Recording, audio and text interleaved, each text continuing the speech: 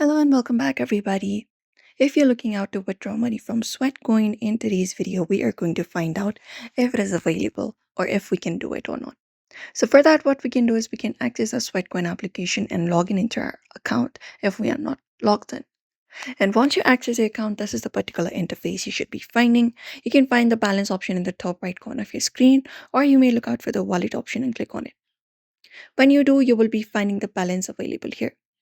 Now, if you're wanting to withdraw the money from Sweatcoin that is available here, the thing is you cannot directly withdraw cash from Sweatcoin.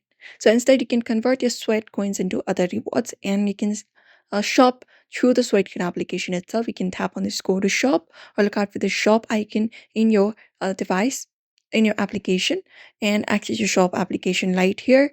And once you do so, here you can just go over and look out for the items or any essential things you can look out for within the money that is available on Sweatcoin, and you can convert it, and you can just go over and go through your application's shop by meeting the required number of Sweatcoins and just go over and purchase the particular reward that you would like to redeem.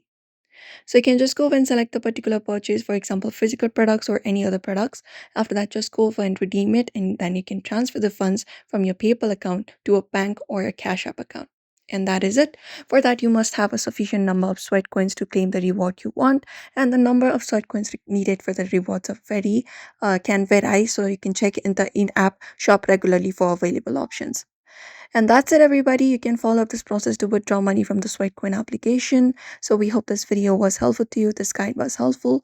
Make sure to give this video a like if it was, and also subscribe for more tips and tutorials.